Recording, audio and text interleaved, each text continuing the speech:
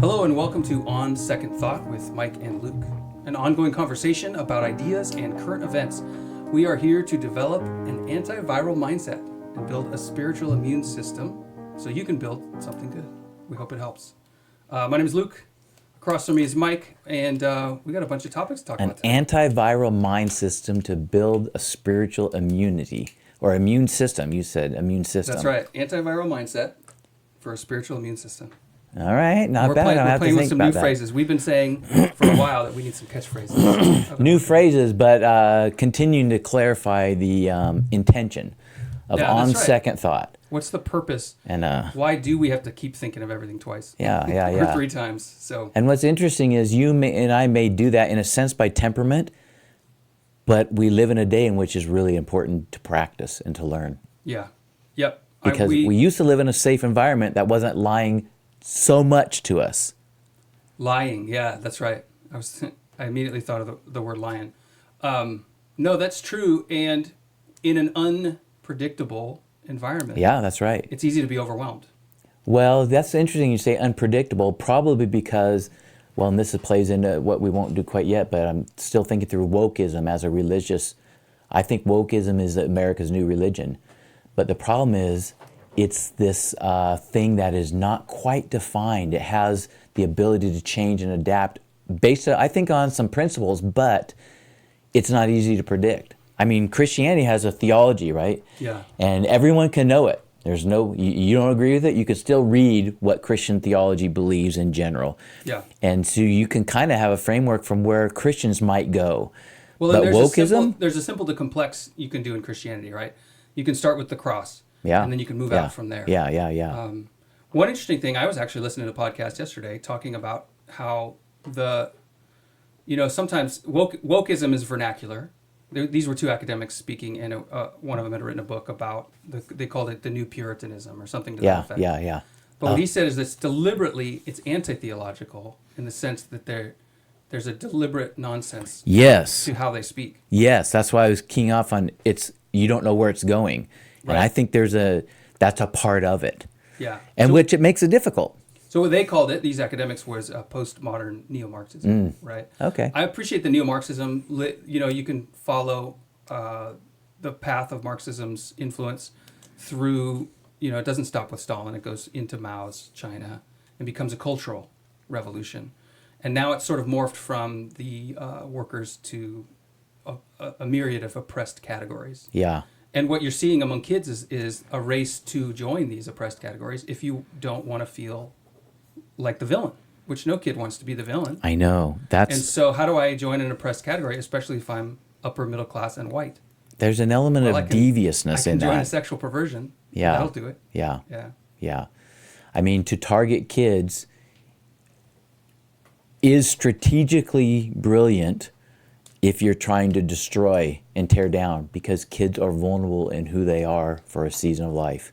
Right. And one of the more driving aspects is I want to have friends and be liked and belong. Right. So if this is what it takes to be cool, what's interesting among people on the left, which is sad, is how much, because it makes me think about the push to get voting ages down to 16. Yes, right. There's a desire to give kids more power. Yeah. Right. So they can, in Oregon, kids can consent to their own medical transitioning, for example. Yeah. Lifelong and irreversible changes to their body at the age of 15. Yeah. And the state will pay for it if the parents don't. Yeah. But even if the parents don't pay for it either, because it's insurance. Yeah. And the insurance is required now to pay for it. That's the big bill that went through Oregon. But so there's this increase of power, while at the same time a decrease in responsibility, right? They shouldn't be held accountable for their actions. We should push it back out. Their brain. You'll hear the same leftists talk about kids' brains aren't developed till they're 25, and there shouldn't. That's why abortion is important. That's why all of these sort of, when it comes to responsibility, we're going to take all the consequences away. Yeah. When it comes to power, we're going to give them more because they're manipulable. And even the power, though, it's a mirage. It's not real power. It is pretend power. Because the getting the kids to vote kind of thing, it's all in order to make the presentation that, see, we're in power legitimately. See all these people who put us here? But it's not legitimate power. Right. It's fraudulent, and it's not. If they didn't get voted, they would be in power in other ways. They would make themselves, they're just pretending to give themselves the appearance of doing it democratically. Yeah. Well, the whole concept of the democracy, I think, is flawed anyway. It was never part of the founders' concept of what America would be. It's become. Are you talking about the republic versus democracy? I am, issue? yeah. And I think there's this idea that yes, that's right. More it's been we can distorted. Create the masses that we can manipulate, and that's where I think the difference between hot war or even a totalitarian state like the Soviet Union, where they're going to use overt force to make you right. We've been reading about the gulags. If you're against them, even if you just hint at things being bad in the Soviet Union, you're off to the gulag. Everything's great. Everything's always great. It was always great. Yeah. But now there's so much more there's so many more weapons for a social war, right? With social media, with even AI being used to say, well, what's the most strategic and effective way to manipulate. This touches on my thought we've mentioned a couple different times, the AI, those weapons, right, that are invisible in a sense. Yeah. Right? Run by elites, but invisible. And that's why I start to think, well, how does that cross over into the reality is that there are spiritual entities that have even more powerful invisible weapons. And yet we don't fear quite the same. We don't fear for bad reasons, and we don't fear for good reasons. Sure. And we conclude that we can live life. We don't think they have the ability to control my mind, let's say. Yep. And yet when we think about the elites, we start reacting in such a way with a panic that says, they have this power, life must be at an end now. And yet the reality is, my life personally is by and large still unaffected. Now, if I was influential, it might not be the same, right? And there's people whose lives are greatly affected, but not everybody's is. So I've been just thinking about that, about how similar these powers of subversion are, and yet dissimilar to the spiritual powers. There's something that's the same, but something that's not the same. And so a part of me wants to say, we really shouldn't care that much. I mean, it's not right, it's not good, but they're not going to have more powers than the spirits. But then another part of me says, but they also live in our world, and the spirits kind of live in a world adjacent to ours, so to speak. Okay, but I think of the spirits, the spiritual beings, right, at work in the heavenly realm. All of the work they do is to persuade, right? So Jesus, when he what do you mean to persuade? Well, so when Jesus is giving credit to someone gets a miraculous healing, and he's not trying to gain all the glory for himself, so he wants to give some credit, right? So he says, man, your faith was pivotal. The way you believed, the way you trusted, okay? Because there's a cooperation between us and God. Human agency is what you're talking about. And when we cooperate with forces of evil, we release the powers that are present within them. So you're talking about the degree of forcefulness is different. Well, so no, what I'm saying is that the spiritual war and a culture war are the same. Because what the culture war is about is, what is the belief system by which you establish your moral boundaries, by which you See, I think they're similar. I wouldn't say they're the same. I think they're similar, but there are some differences also. So what do you see as key differences? Physicality. But what's physical about the culture war? How about canceling? You can't come into this store. You'll be booed by a crowd. You can be beaten up. So there's a number of ways. That's pretty rare. I know it's rare.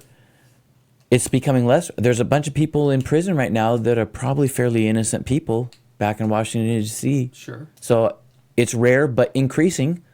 But that's not the culture war, right? What you're describing is what becomes a hot war. It's the precursors to a real shoot 'em in the street war. But that's the culture war is fighting over what's the moral frame that guides our nation. But wait a minute. Those people, the January 6 people, let's assume that there's a couple that did things they shouldn't have done, and there's a bunch that didn't. They're there because of the culture war. They're there expressing something culturally, and they're taken to another level. They're amped up and physically put in prison. But what I would argue is that the riots, whether they were the 2020, the George Floyd riots, or the January 6 riots, that was the fruit on the tree.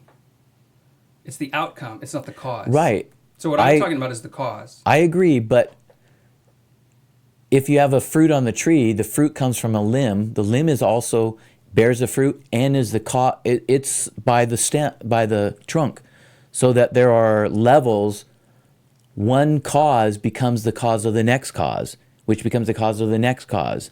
Okay, so the cultural the fruit dynamic. Of the spirit, the fruit are actions, right? Yeah. That you behave in, that you're loving, that you're kind, that you're patient, etc. Yeah. Those actions are the fruit of a spiritual That's connection. right. So that's what I'm saying is the culture war is the spiritual war. It's saying what spirits do we connect with, right? So that good fruit comes, right? And what we've been seeing. So what I'm saying is the cultural war that's at place produces in certain people. They thought the election is stolen. They want to say what was something about the vote?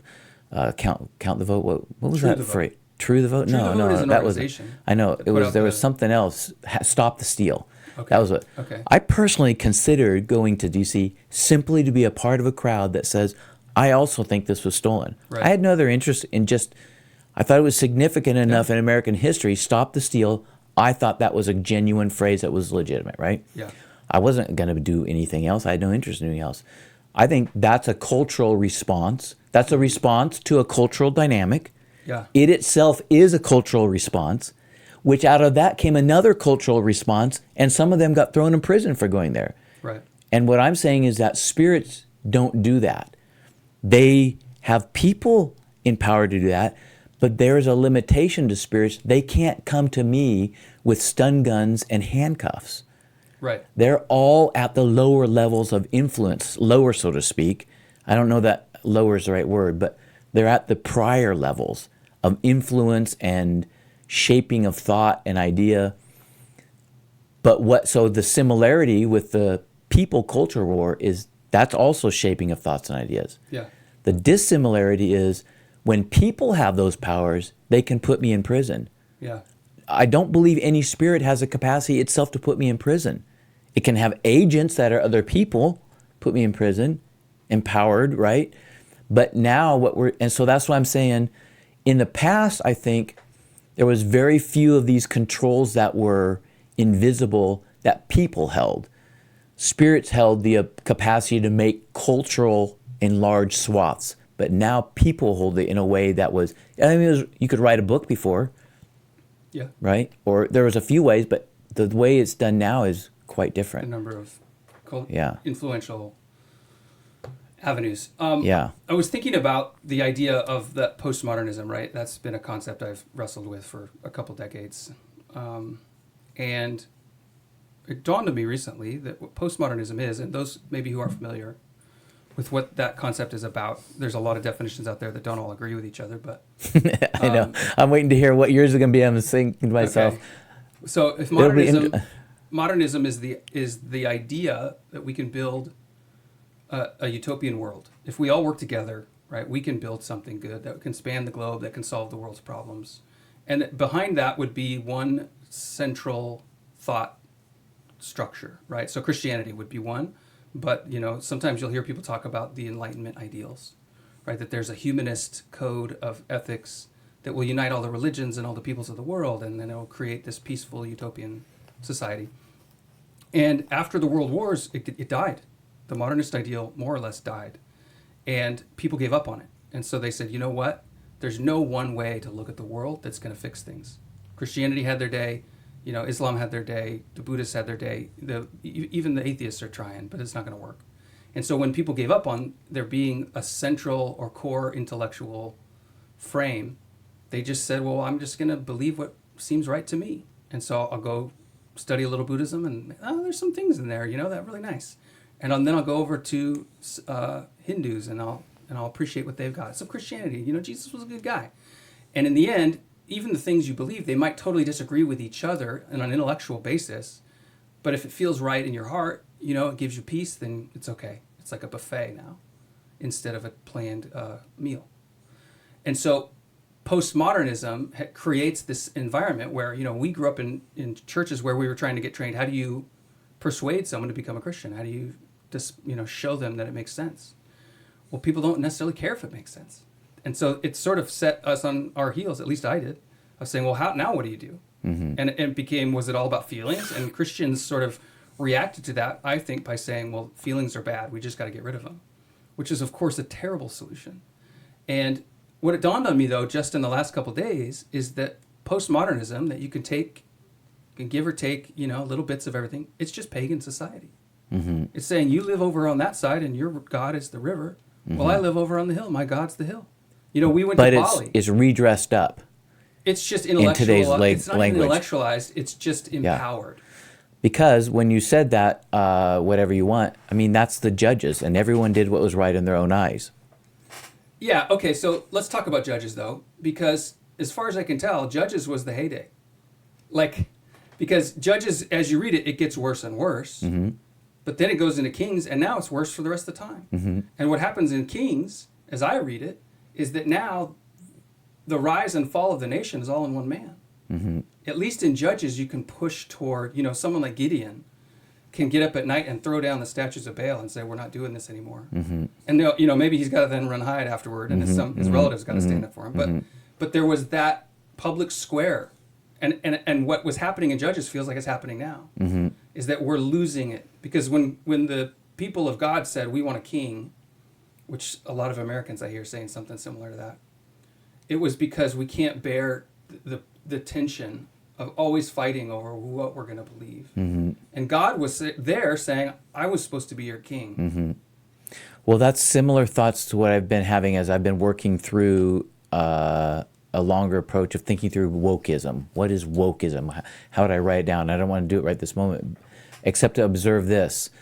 I began to realize this idea that I'm just saying things that other societies and time periods have also said that are just outside the pale of Christianity, but they're being said in a different way, and they're being said as if it's a new thing, but it's really the same old thing. It's just repackaged in today. Right. And that's what I think everyone did what was right in their own eyes. And postmodernism, it does destroy what they've call it as foundationalism, that the assumption that there's a foundational truth upon which you can build reasonably. Yeah. And postmodernism undid that and said there is no foundation. Ergo, there is no truth to build upon. Yeah. And so, what you believe is great for you. It's your truth. Yeah. Right? And it's funny, that's a new way of saying it. That's an interesting set of thoughts, and the backgrounds are all different, and the thought patterns and the people. And lo and behold, this exact same phrasing from Judges. Right. 3,000 years ago. So it's the same pagan neighbors who said, we kill babies. Yeah, that's exactly right. We went up. It's our God. We went up to the place Caesarea Philippi when we went over to Israel, is where they threw babies off the cliffs to the god Moloch. Yeah. And you go there, and there is a sense of evil. At least I felt like, and some other people I was with had the same sense.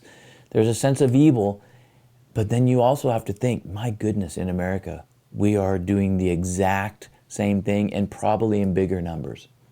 Yeah, there's a verse I was listening to, an old sermon by a pastor named Derek Prince.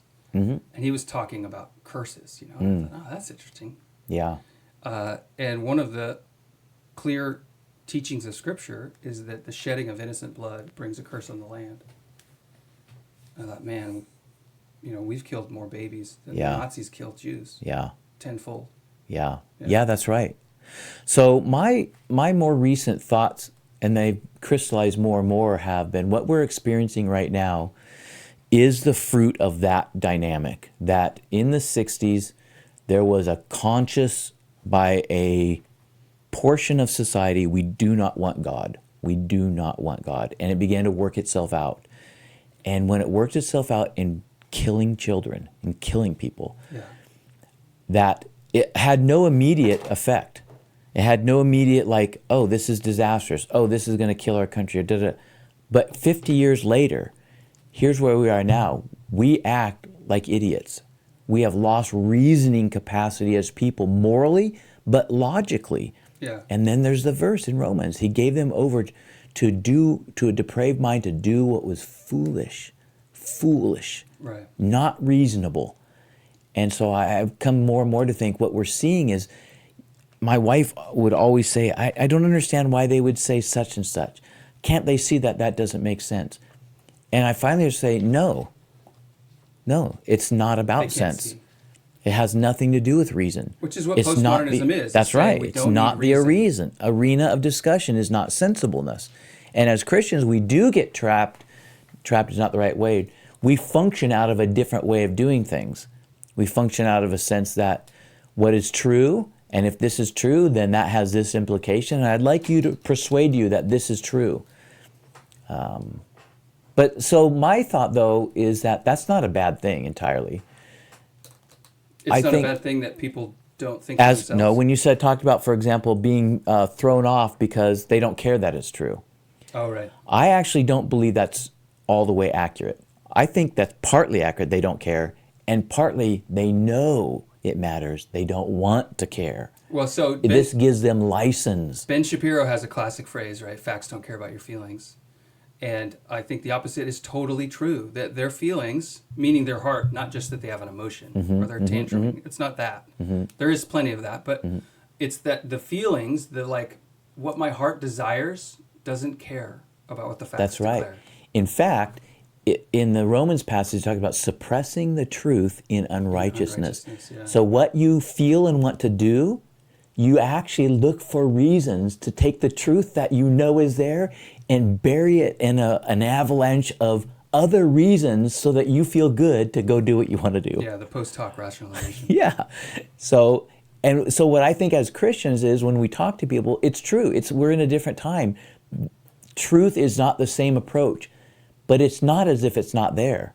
It's just buried down in denial. Well, so what I think happened, and I've had a couple of these conversations in recent months, and you just start bouncing back in history till you find, I think it started in the 70s, right? I think it started in the 40s. Yeah. Back. Yeah. It's like, of course, it's true. It's hard. It started in the garden. Yeah, okay? We can all agree. That's it. That's right. That's great. But there was a distinct moment that I think about often, which is when so many men came back from World War II, and there was a consensus of, one, there's a brokenness of the evil that I've done. Yeah. What do I do with the evil that I've done? And I'm told by people who are supposed to know that no one wants to hear about it. No, wait. When you say evil, you don't mean only a heinous act, but you mean a traumatic, horrible thing. Not just because I don't think trauma is a buzzword, and I struggle with using it. Yeah. Because, that's fine. like the word abuse. But you didn't mean that the people in World War II behaved evilly No, I do mean that. Okay. I think that the biggest source of trauma, as I've read about it, for people coming out of war, is that they didn't know that potential to do that evil was within them. Okay. See, I would probably say it differently. I would say that happened, but also a man shooting another person for good. They're doing an evil, but they're not doing evil themselves. Well, you can tell yourself, I'm killing this other human because I'm protecting my friend next to me or my family at home. Right. But you still watch them die at your hands. Yes. So and there's a part of you that knows that that's not right. That's correct. Right? Even though you're not choosing a moral depravity to do. That's right. You're engaged in something that you know is of the realm of evil. And I think there's a distinction there. Right. But part of what I was saying, I'm not trying to slander those who fought in World War II of all wars, but rather to say that they still had to face that moral question. I totally agree with that. And so they come home not only with the weight of that, which some people would describe as trauma. Yeah. No one to talk to about it, really. That's right. No culture that wanted to talk about it. But then the solution that many, many Americans found was, you know what, we're going to make money. Yes, that's exactly. We're going to get prosperity. That house. We're going to get the car. That's right. We're going to move out to the And suburbs. that's when the distortion of American dream became to take on a new meaning. Right. That was it was the beginning of ugliness to the American dream. Yeah. Well, and not only that, the greed is idolatry, right? Yeah. It's an idol. You created a little statue that you worship. Yeah. And when you commit spiritual adultery against God, which is what the Bible calls idolatry. Yeah. What happens is your kids grow up and they commit real adultery. Yeah, that's right. And that's what our country did. That's what I completely in agreement with that. The 60s kids said, this is worthless. Well, and what's happened now is those 60s kids are now refusing to let go of Congress and the presidency, right? I mean, they're all in their 80s. That's exactly right. And there's this crazy, I can't let go. That's exactly right. And then their kids, well, the Gen Xers, they won't step up. Yeah. Gen Xers are sort of quiet, and I don't know if it's worth it. Yeah. And so it's their kids. Many of them are. I was talking with a guy recently whose dad was in World War II, and I was asking about this stuff too, this exact conversation, and he talked about growing up. This is how he summarized growing up: leave me alone. Yeah, right. His parents loved him. His dad loved him. Yeah. But leave me alone. And he says what that meant was, I went and fought a war and did horrible things and saw horrible things. I don't want to be bothered with anything.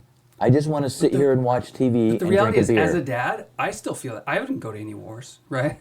The worst war I ever did was teaching public school. Right. It's nothing. Well, let's take what you feel. But I still get home and think, I just want to sit in a chair and leave me alone. I know. So let's take what you have, that experience, with the things that cause it, and take those causes and make them times 100. How much more would you feel How much does that break and feel down? Justified?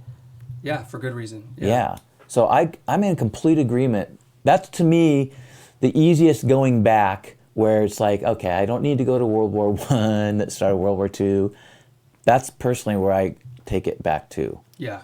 I still blame Nietzsche, Freud, and... I mean, I agree. I agree. Darwin, there are deposits, Darwin and Marx. thought deposits that were distorting. Yeah. But... Okay, so that connects to something that's maybe a little lighter. All right, what? Because we've been digging some heavy dirt here. That's true. That's our on-ramp. We were talking about the A-Team for a second. All right. I've had this thought recently. Okay. I've been watching action movies with a lot of old guys leading the charge, right? James Bond. Old action movies? Old. No, new action movies Tom Cruise is 62. Oh my goodness! But jumping he looks so motorcycles good. off I cliffs. know. Right, and I thought he's got some hair dye, but I know. Still, he's got more hair than I have. And super expensive facelifts to still look.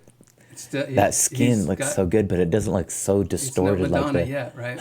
Exactly. Okay. But there's a lot of these old, Liam Neeson. How's he getting around? Or they just put Michael Keaton in as Batman in the new Flash movie, which I didn't. Yeah. So there's all these old action stars. But anyway, I keep thinking, why don't they transition them out? Right? And you do have some younger stars that are out there. Did you watch The Expendables or any of those? No. That's all older. It's all old guys. And it's a protest. Well, but they're doing it together. If you think of the peak, the peak young guys that are leading the charge in actions, they're all my age. They're in their 40s. If you're in your 20s as an action star, you're only portraying teenagers. There's this weird dynamic. Yeah. And Hollywood's always had this, right? Where you have a 50-year-old Cary Grant dating a 25-year-old Audrey Hepburn. I don't know what the age gap was, but it's not far off that. Right. So we were talking, though, about the A-Team and the original A-Team and how they, not only were they not as muscular as everybody is now because of the testosterone injections we so easily give up. Or for whatever reasons. No, it's that. It's really just that.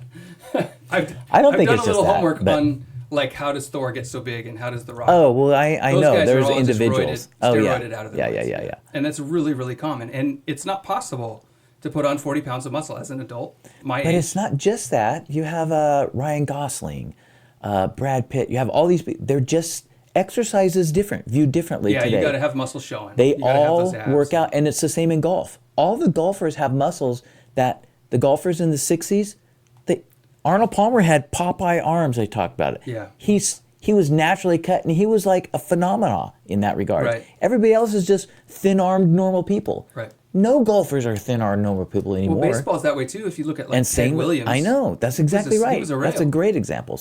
But what I was thinking of is age, right? And in particular, this phenomenon of baby boomers, not letting go of the reins. Yes. And because I went in, I saw the new Mission Impossible. I thought it was great. Yeah. I haven't seen it.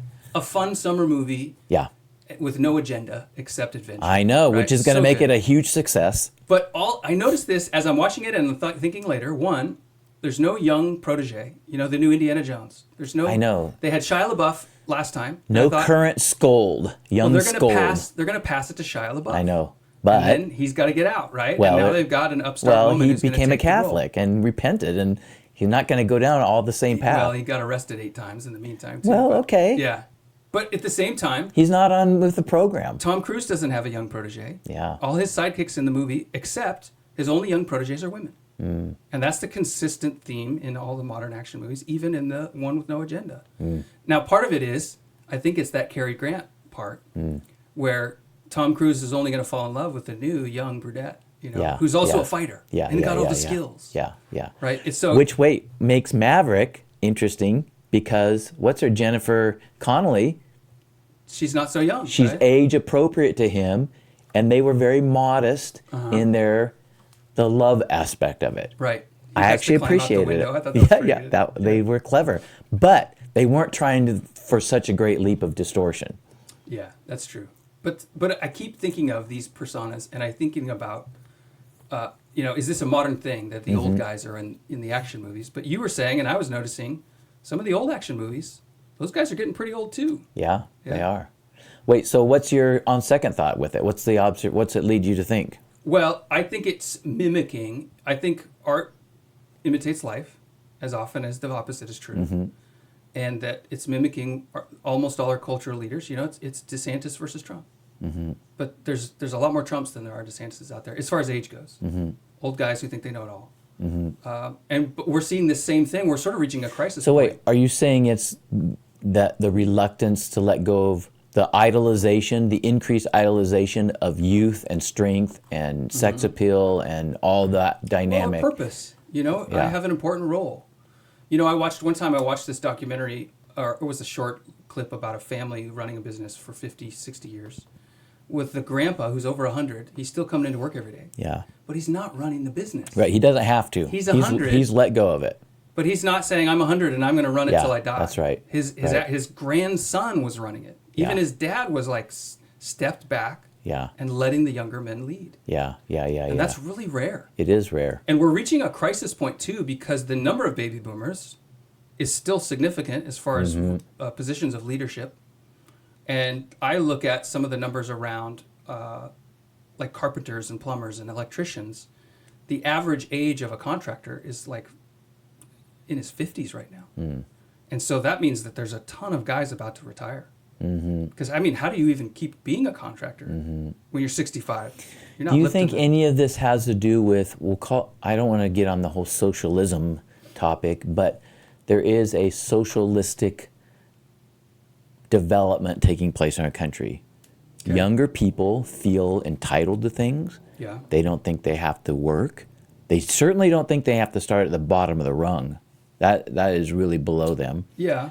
They want things for free. They're promised, the whole debt relief thing is a ploy to get young people to say, I want to be with the Democrats, man. I didn't have to pay back my school loan. Right. And so this whole idea that the younger you are, the less you have to engage in that kind of work. And so... But I think a lot of what drives that is kids who believed what their teachers told them, that the old ways are corrupt, that your parents don't know anything. They go out into the working world and not only expect, but they feel a moral imperative to transform society.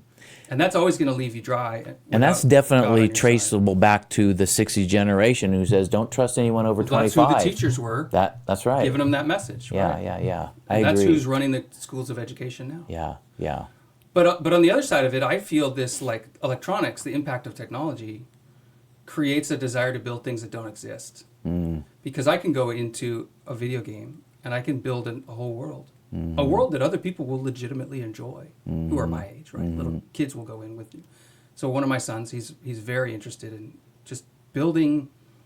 So one of his games, you can build a level on which other people can come and play. And if they like it, they'll come back more often. And it's created this social desire. Is it monetized? No. But maybe in theory it could be, right? Sure. Or at least you'd gain some recognition. It's the precursor to monetizing things. But I feel this drive as a dad to say, no, you need to get out and build a real thing. Did you watch the movie Ready Player One? Yeah. What do you think in light of this? Sad. No, I think it's terrible. Depressing and sad apart from this conversation or because of the same issues? It's depicting a future in which the only world that matters is the one that's not real. And I think the best outcome to a movie like that is not that the players get access to the game. That's it's that so the funny. game get destroyed. So I did not have that response to that movie. I enjoyed it tremendously and watched it a few times. And so now I'm wondering why But is was that the nostalgia? See, those I was movies just going to ask you. They just touch the nostalgia button and you think, oh, I like it. I was going to ask you. So I was grew try- up I was a trying to watch decade in front of Picard, you. Right? I heard so many people say the new Picard movie was good, or show. Okay. Yeah. It was all nostalgia. It was so boring. Yeah. I couldn't take it. Yeah. Not to say I didn't keep Yeah. going. Yeah. 'Cause, Yeah. you know, Yeah. you get hooked sometimes. Yeah. So maybe it was that. Maybe it was that I identified so many things that they're doing with, because that was my childhood, the 80s. It was all the video games. It was all I this, and I read the book first. Right. Total everything was 80s. Yeah. And it's like, I know all this stuff that they're talking about, or a lot of it. I mean, that's how the Mario Brothers movie did so well this year. I haven't seen that either. I haven't either. Yeah. I saw it at Redbox and thought, is it worth it? So old guys and A-team young people movies. Yeah. Okay, Distortion. Okay. let's visit an old topic. It's been a little while since we've talked about it. The Beatitude. Blessed are those. Oh yeah. All right. This is mine. Yeah. I want to say something on it. I think I have begun to crack the nut of what this thing is. Yeah. Not necessarily experientially, but maybe a little bit. But it's experience that has driven me to it. Yeah. So our family has a sad thing in it, and so there has been we're in a season of mourning that has mourning engaged with our life on a regular basis. Okay. Yeah. So, and that's not pleasant. It's not something I would vote for or choose. Sure. I lack the wisdom of God because God chooses it for us a lot. Right. And so my not wanting to choose it is not healthy, but it's honest to say it. I don't like it, right? But it has made me think through that, and then I begin to notice that Beatitude stands out from all the rest. All the rest I can kind of make sense of. Why is it blessed if you're a peacemaker? Well, I mean, it's better for everybody if you make peace. We all need right? peace. Yeah. If you are poor in spirit, you know what? That's actually, it's better to live life from a humble perspective. Things come and go. Even if you have wealth, but you're poor in spirit, you probably actually will enjoy your life better, et cetera, et cetera. I can work through all of them. Charles Barkley famously said, you know, the meek shall inherit the earth, but they won't get the basketball. And yet by saying it, he's acknowledging that there is something good in the meekness of life, that there's a fittedness and a happiness to it. If you're a meek individual, Moses So is you called don't meek. accept the meek is power under control concept. Have you ever heard that conversation? Yeah. Meek like a war horse. Yeah. No, I don't. No, I don't think that's. Maybe it is, but that's not where I would go first in my thoughts of what meekness is. See, part of when I read that Beatitudes, especially Luke's Beatitudes more. Yeah, he has a different. Jesus is just saying, look, there's a lot of people with comfortable lives. They're blessed. Like, if you're wealthy, if you're comfortable, if you're healthy, if you're happy, that's a blessing. But what about you guys? You know, you don't have the money. So your mom's Luke's been sick for addition years. to Matthew is the financial element and the rich and the woes that come after it. Yeah. So it is in a different light. Yeah. So But back to Matthews doesn't mourning. have that. So mourning stands out as one. Nobody would vote for mourning as the way to be happy or blessed. Right. There's not a single person who say, there's a pathway. Right. That makes sense to me. So what I concluded is that it can't be the occasion of mourning, the situation that I'm talking about in our family, for example, that can't be what it means that when you're in that situation, you're blessed. I don't think that's what it means. I think what it means is that blessed are those who mourn is there are people who begin to look at the world in general, everything in it, and it's broken. Yeah. And it hurts a little bit. It's not the way this was supposed to be. In the sense they begin to trace it back to this fall and this sin stuff, this has made a mess of everything, even in the best of times. And so they to live with a little bit of a sense of constant sorrow. And that what happens is an event like my wife and I have had that has brought some mourning, it pushes us into the same realm, but that event may come and may go. Yeah.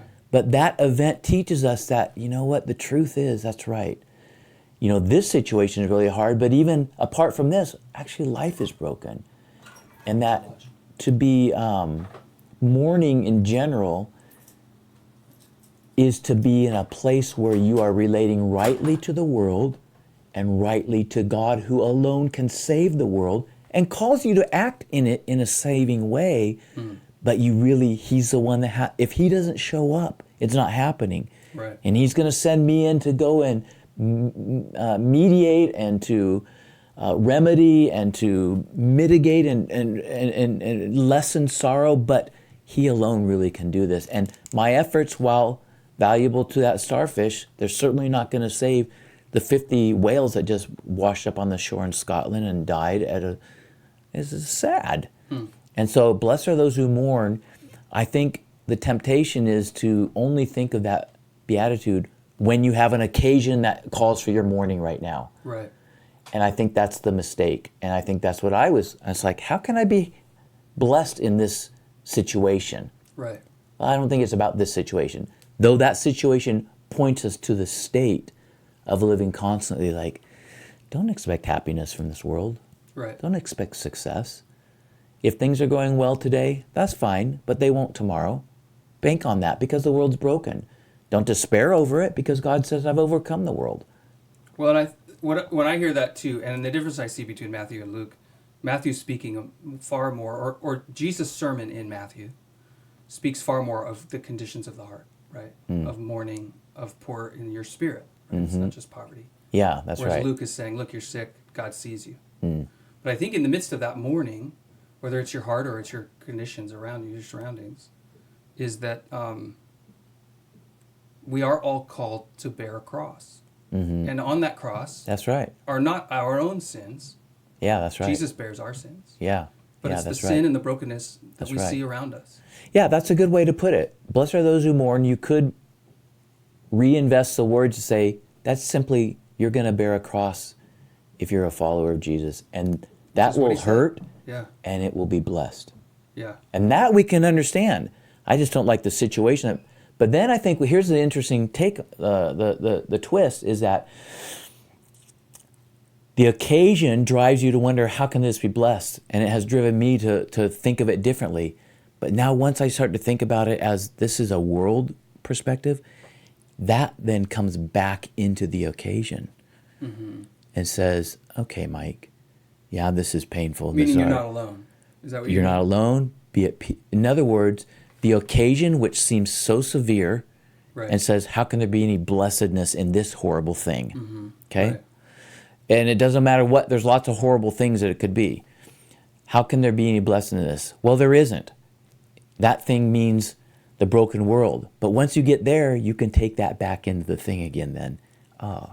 Which It feels like it would quiet pulls that up. some of that longing for retribution. That's exactly right. Do you know It what I does. mean? Some Yeah. of the anger that will That's well right. up to defend yourself. The need to fix it. Yeah. The despair, will it ever be fixed, or will this situation never be over? Yeah. Well, the world fallen one is not going to be until Jesus returns, and I'm okay with that. So if that's the case, if that's what that's really about, then I can import that attitude back into the mourning of my occasion and say, it's still painful and bad, but it's no worse than the fallen condition of the world that's under a curse. Right. And so Jesus, if he's handling the big thing, he can handle the incident, the isolated incident that's in our life. So anyway, that's my most recent take. Now, and I do think I see it shaping and having an impact. Yeah, that's right? good. Yeah, it is. Right. It's kind of, it is kind of good. So I was talking about mourning in my recent sermon about Lot living in a cave for fear of corruption and death and God's judgment, right? And one of the concepts I was delving around with was depression being, maybe all depression is actually a sign of mourning. You know, it's famously one of the stages of grief. Yes. But if depression is really, you're grieving the loss of really maybe one of two things, a relationship or some meaningful purpose that you pursued in your life, right? And when you lose that, there's a grief to it. Maybe all depression is that. It's I lost my purpose and I don't know where to go. Yeah. Or I lost this relationship, I don't know what to do. Yeah. I think there's truth in that. And if that's the case, you know, what about the other stages? It may be all anger. Yes, I think that is really correct. Just grief. Or it has roots that are legitimate. Sure. I talked with this lady once. I was privileged to talk with her several times. She suffered from severe depression, crippling almost. Yeah. And the root of it was she felt pain and she felt it deeply. She's very feeling. She felt the pain of others. She'd be in a restaurant and see a child, a parent angry with a child, and she'd begin to hurt for the child, and it'd wreck her day. Right? She's very empathetic. Which means she's probably feeling more pain than the child felt. Yeah, that's right. Totally more pain. Yeah.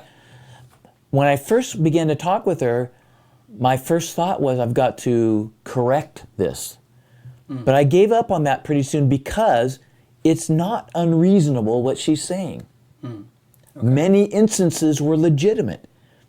Sure. But I began to change tactic and think, I began to affirm the reasons to be depressed, but argue that, but there were things she wasn't thinking. There's another way to think about it. There's additional truths. In other words, I let the truth that argued for depression be true. So here's the question. But here's another truth. Right. There's a king. Because the end of grief is accepting things as they now are. Yeah, that's right. Right? That's its argument. It's never going to change. You're coming to a belief that is more in line with the truth. Yeah. And so to the degree you're stuck in grief means you won't face the truth. Or you're only facing one truth and not, there should be 6 or 7 that are saying some things at the same time. It doesn't mean you're believing a lie. That's right. It doesn't mean you're believing a lie. You're not seeing the whole thing. That's right. That's exactly right. Now, you might be believing a lie. Yeah, it could be a lie. Some of them are. Truth is a whole lie. So there's aspects to that. Yes, but it's that's not saying you're wrong about it. That's right. It's saying there's more. That's right. Yeah, that's I think right. that's right. Yeah. All right, so I have a concept that I've been playing with. I would say I'm on my second thought, but I'll probably have 10 more, and I'm interested to hear yours. Okay. And I don't know how much I've talked to you about You're keeping time, right? Because I don't have my timer. I am. Good. So I've been playing with the Trinity a lot, right? And its relationship to us and who we are, and how we understand ourselves. Yeah. But there's also a family dynamic in the Trinity. There's a Father and the Son. Mm-hmm. And I was thinking if Jesus is like the body and the Father's like the mind, right? Okay. Or maybe the soul. Okay. You could expand beyond the mind. Then our children are mostly body. The difference between an infant, even an adolescent, is that the infant is all bodily needs. Yeah. With some emotions mixed in. Sure. But very little development of the inner life. I remember the first time a kindergartner got sent to my office in trouble, and I tried just saying, "Well, let's talk it through." Like, well, they can't talk it through. And now what do I do? That's right. Because they can't rationalize their emotions. Right. They don't understand what they feel. Right. Yeah. Okay. So if that's true, then here's what I'm wrestling with: is if you were good at disciplining your body, could you take those lessons very directly to your children?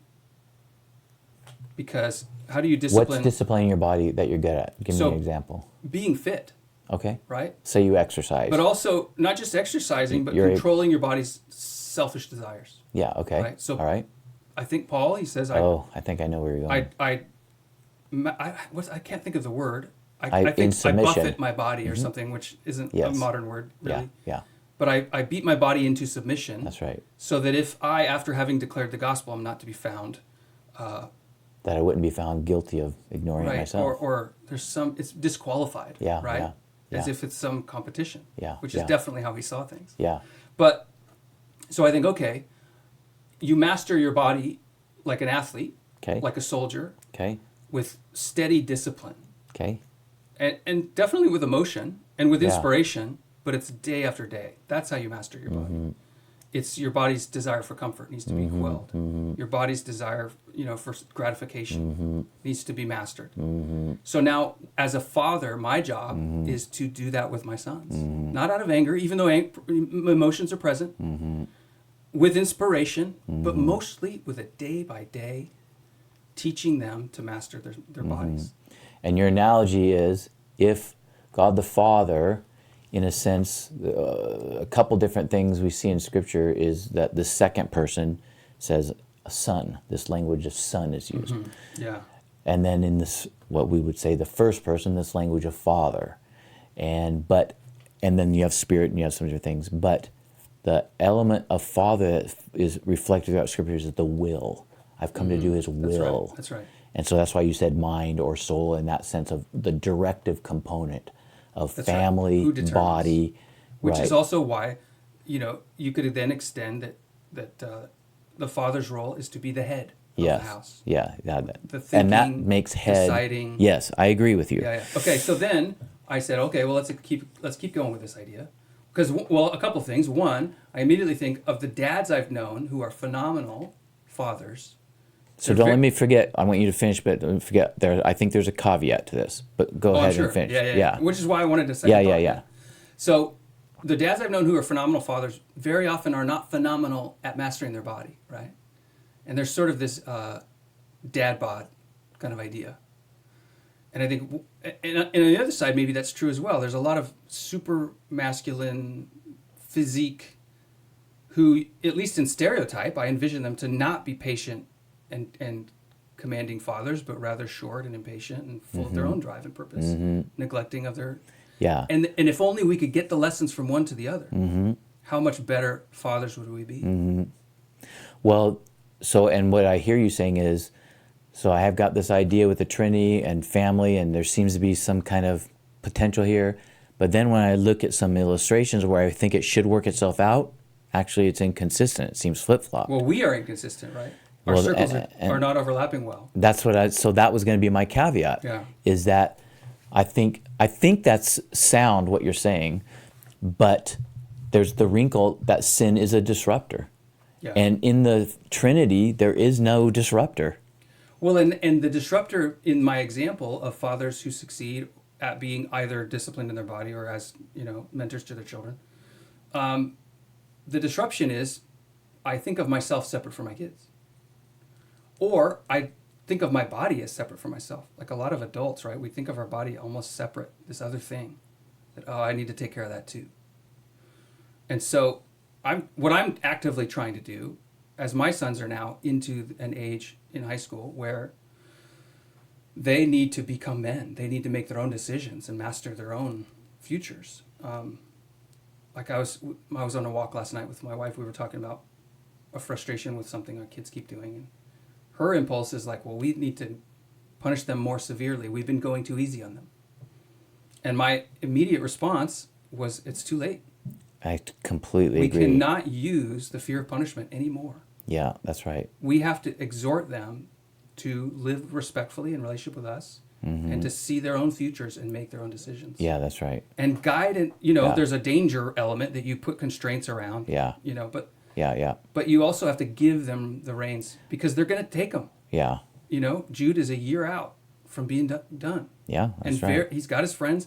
I'm sure he'll have an apartment before he's done with high school, ready to go. Yeah. Because he's already got one friend who's out of high school and wants to do that. So. Yeah. Okay, so here's my extension on this. Yeah. And I know I'm kind of running from one thing to the next. No, but that is I'm following so far. That if you are successful, or maybe the way you might be successful at caring for and nurturing your own spirit, if applied well to your wife, would be the right way to lead and nurture your wife's in her own mission and calling and who she is and what she could be. And when we neglect our spirits, we might be full of purpose or work too many things or think too much and not stop to feel and connect and reflect on what matters. We do that not only for our own hearts, but also to the neglect of our wives. Like that the two are very connected, especially as in marriage. The Bible describes us as one. And so the way you treat your heart, or how did I say that? If you are shepherding your heart well, those lessons carry right over to shepherding your wife well. Yeah. I think so my initial response is, I think there's something, I think you're on to something. My second response is, or the development of the caveat is, I think sin is a distorter and it has to adjust the expectations. So when you train your body, in a sense, for most cases, you can define success, and if you do it well enough, you can achieve it. There may be some metabolic situations and genetic situations where that's not the case. Sure. But by and large, you have a capacity to bring about the result you can envision. And the disruption of sin just calls for more vigilance. Okay. But I think in human relationships, that's not the case. It's Because not. they have their own will. That's right. There's the disruption is not it's another will being inhabited by disruption. Mm-hmm. And that includes a spouse too. So that what that introduces is the same. I think you've said something accurate, but I also think it has to be held somewhat loosely with a little bit of accepted failure. It won't. And what that ends up meaning is when I see some of that failure, whether it's with myself, with my spouse, or with my kids, my first thought, and the younger you are, the more you think it, is to work harder. Hit the reps more, get the diet better, the same things you might do to your body. Yeah. But the older you get, it's more like, no, because that actually makes it worse in the human element, because that other will raises against you then, right? They can actually, if you're trying to beat carbs and reps and muscle fatigue, it has no will to fight against you. You just have whatever skill you bring to it to rejuvenate your muscles, to make your diet, and the obstacles are overcomable with skill, wisdom, and application. Yeah. But that is not the case with another person. Well, there's some limitations that enter. Absolutely. And I could see those limitations being present in our bodies too. But there's an ideal that is easy. Well, and this is true with bodies, right? I think we're inundated with these what we think of as ideal bodies, right, in our culture, which I recently heard someone say was a sign of the decay of any culture, is they begin to worship almost the male form. It's sort of, and you see that the end of the Greek culture was all these muscly statues, and now that's all our heroes, right? Interesting. Are literally the Greek gods are in our movies, right? Yeah. Okay, but at any rate, that's true. There's also for almost everyone I know, you watch how to get that buff body on the internet, and you think, and you see someone who's done it, then you go try to do it, and it's never that easy. It's not. Right? Yeah, that's right. I think parenting's the same way. Yeah. Right? Yeah. I had this ambition of okay, I'm going to run. I want to get back into running. I've had these moments as an adult where I just so enjoyed running. Mm-hmm. And I've got extra, it's still the COVID-15 is still sitting around my waist, pounds of fat that I don't want. If I run every day, it's going to go away. Mm-hmm. Well, it's been 3 months, I've lost nothing. It's the same. The scale went down a couple pounds. Yeah. And it's okay, well, maybe I'm gaining some muscle. I'm certainly eating more, right? Because you sort of tell yourself, well, I earned it. Yeah. But the reality is, it's just never that easy that you put in this, you push that button, and out comes the prize. It just doesn't work that way. And that's how parenting with is. An aging, broken body, it gets more and more. It doesn't conform to that. Yeah.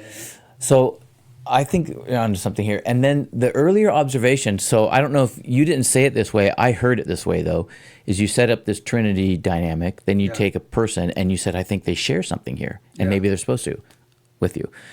But then when you looked out and you saw, but I see dads, why, you didn't say the but, I supplied the but, because I see a conflict then when what you described. Yeah. Great dads, but they weren't giving attention to themselves. Give attention to themselves, often not dads. Yeah.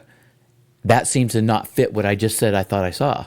Right. So is that brokenness or is that a wrong design? No. So that's what I'm going to say. The added element, I think, is the acceptance of sin. Just like you have to accept your body, it will be harder to lose weight the older you get. You have to accept it. You can't beat it. You can't beat it. Yeah. You can't over-will it. You can't over-discipline it. You will get, the whole thing. Death is undefeated. That's how it is with kids. And that's how it is with people. So that what that ends up doing is, this dad, it's funny, the dad who is great and has the dad body like you're talking about, in a sense, he's actually not trying to do that with his kids. He just enjoys them. Well, is he putting all his will, he's not all his strength into himself, and so therefore he has none left? No, I don't think that's what he's doing. I think he's not trying to make his kids that way. He's just liking them. And that has the larger effect. The other man is striving, and he's learned to use his will. Right. And when he tries to impose the will that got him his body on his children and his spouse, they resist it and fight it, and it doesn't have a good effect. Yeah. So he's not accepting that sin has broken this. Yeah. So it doesn't mean the dad body guy shouldn't try, but it's funny how few of them, it's like they don't try. They just like their kids. Well, but how many? I mean, I've talked to several dads, because one of the things, at least dads I know when we stand around, one of the topics that comes up is, what's your latest workout thing, right? Or how many holidays do you stand around with family and be like, what are you not eating this year? Oh, I'm not eating carbs, or oh, I'm only eating this, right? It's like, oh, okay. But there's a shame element behind it, right? That you do look in the mirror and you say, I can't, I'm overwhelmed by it. Yeah. And so I'm going to go comfort my shame with some donuts. How much in the same way do we turn at our kids, and that same perceived weakness that we have at one or other of our kids that won't relent? It feels like we've been telling them forever. And so we look with shame on them as well. Yes. And then we respond in that same comfort cycle of, we'll give them what But we wait, want. which of the two dads is more inclined to look on shame? I mean, I think we all are. I think I agree with that. But the guy who's able to master the one is so frustrated can't master the other. that he can't master the other. Yeah, and he's the one that his shame increases towards himself and his kids. Yeah. The dad who lets go a little bit, he might feel a little bit of it, because I agree, we all do. But he said... Well, and I had one of my sons, so the one I'm thinking of who has been a point of frustration for me for a little while, and he wrote me an email expressing his side of it. It was very coherent and well written. And one of the things he said is, Dad, you just wish I was like the other one, his brother. You just think I should be like him. And so I was able to tell him that's not it at all, right? I just want you to find who you are. But I could see why he thinks that, because if his brother is finding success in his own passionate pursuits, it doesn't mean I want you to have those pursuits, but I want you to have something, right? So I've had this little theory that I'm developing, and I don't say it very much because I don't want to offend people, and it sometimes takes too long to explain. Anyway, and it's this. I actually think sometimes being a Christian makes it worse. And here's why. And I don't even mean in make mistakes and about it, but I mean in this. Here's what we do as Christians. And when I say that it makes it worse, let's say family, kids, marriage, these relationships that matter the most to you. Your heart gets taken up by something good and beautiful, God, and the life He calls you to, and it's moving, and you want to give yourself to it, and you do. So you actually ask of your relationships to join you in this pursuit of God. Right. And they do, right? Yeah. But especially kids, what happens is you are now living with a constant expectation that you only identify as a good one because you want to follow God. But it gets a little messed up as it trickles out into the relationship. And it's just can be with the adult spouse as well. Because those expectations are never met. They're not met with me towards God, and so we struggle with that, and we find His forgiveness, and we experience restored relationship, but they're not met on the lateral side too. And it's harder to restore and forgive. Yeah. God is better at that than we are, and He has no sin bringing to it. So He deals with us, but when we deal with a parallel person, a spouse or a kid, we have sins messing it up. They have sins messing it up. Yeah. And we're creating an atmosphere in which we're striving to try to do good things. And it's never really going to succeed. And that's a pressure the non-Christian kid oftentimes may not feel. Now, there's bad non-Christian homes, but let's just say, I know lots of non-Christian homes. Their parents love their kids. Yeah. They're not believers. Their household is more peaceful and easygoing than many Christian households. And part of the reason is they don't have that, and they don't put it in their home.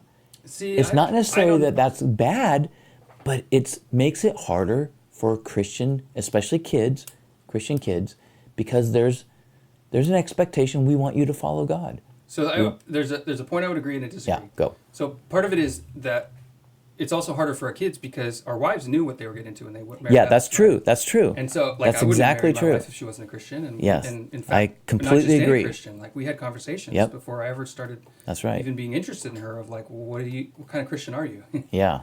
When I was telling one of my sons recently, I said one of my questions for Mom before I ever even liked her is, would you ever be a missionary? because I thought if you're willing to give up the comforts, then you mean it. Yeah, right? yeah, that's right. And we're not missionaries yet, but you don't know. Yeah. I feel like a missionary inside. But Yeah. but our kids don't get that choice. Yeah, They're that's born right. into it. That's so exactly right. That's one aspect. I agree with you. Yeah. The other side of that too is, I think temperament plays a huge role in what families are like. So you can go to a family who temperamentally, they're meaning innate personality wise. Yeah. They're calmer. Yeah. They're easygoing. Yeah, that's true. And so That's whatever true. it is they believe, they're That's just true. going to enjoy life in a little bit different way That's true. than someone who's maybe more high That's strung true. or sees what's wrong with the world Yeah. and feels a little Yeah. angst Yeah. all the time. Yeah. So it's hard to say, well, I compare this to that. Yeah. But I do believe the Bible teaches that everybody feels the broken world. I agree And with so you on that. we all have that anxiety, and the The question is, non-Christian home is lurking back there. yeah, and maybe they've numbed it out, Yeah. but the non-Christian world is starving Yeah. for solutions. I know. And I know. entering these cycles of numbing, Yeah. which is what all addictive cycles are, right? Yeah. Is I'm overwhelmed by my negative emotions, Yeah. and when I do this thing, they go away for a little while. Yeah. And when Yeah. I'm done doing this thing, I feel Yeah. like crap. Yeah. But Yeah. at least I got relief. Yeah. And so, I yeah. talked with a lady once who became very charismatically intense, right? So we ended up talking and showed her a few things to think about. She had questions, and it was good. And I think it was good what she was doing. But she began to create expectations. She prayed went on a trip. She thought God was going to do X, Y, and Z on this trip because she had been praying about it, and she was very diligent. And that's not what happened on this trip. Sure, yeah. And I knew when she had brought it up that this was a potential, right? Yep. But it's hard to know how much to say because you don't want to quench a spirit. But anyway. Is it faith? Yeah, Or is it wishful exactly. thinking? That's right. And you don't want to be wrong yourself. Anyway, she comes back from that, and that was the beginning of a decline because it was painful, Yeah. disappointment, and that crept up into certain theological perspectives, and she ended up concluding that Jesus there is no return, there is no heaven. Oh, wow. That this She went happened away. in the 2nd century, okay, and the 1st century, the end of the 1st century, and it's a form called preterism. Yeah. So she ended up really, in a sense, through a series of processes, and I was able to talk with her through some of this, but so I really got to hear her, but I wasn't able to influence her really. And so she ended up, in a sense, abandoning Christianity. She believes it's true, believes it happened, but it doesn't do anything now, right? It's over. Yeah, it's over. So she reported this, which I found intriguing and something I've been thinking about. Her relationships and her family got better. Because she wasn't plagued by the angst of Jesus' imminent return. And the call to go do things, and the call to be, as in a sense, moral. Right. Now, she didn't want her kids to be immoral. That's not the point. But she didn't have this energy that was like pulling them. And she was the energy of her family. He's a very laid-back husband. Yeah. Couple kids. But she kind of gave up on all that. The expectations. Yep. And she liked the kids no matter what they did. Yeah. And they responded well to that. Of course. Right? Yeah. Now they didn't fly off, go out and become immoral kids. I'm not saying that didn't happen, but I did notice this element of the pressure and the relief of it. Right. Now I can't go there just to have no pressure. Some parents are so high strung around high performance. Yeah. That something like that will bring them into a The healthy funny thing middle. is I would have never said she was wired that way before. I would not have said that about her previous to that. Yeah. Right? So maybe she obviously had some of it in her and I didn't know her super well. But it did seem to be a religious thing that developed. And So it was very interesting. Here's one of my, I discovered that I have theological guardrails that are phrases. And I've picked them up from sermons, through my life and thought, okay, if this theological concept agrees with this guardrail, I'm okay. Yeah. And one of them is it good news? Filters.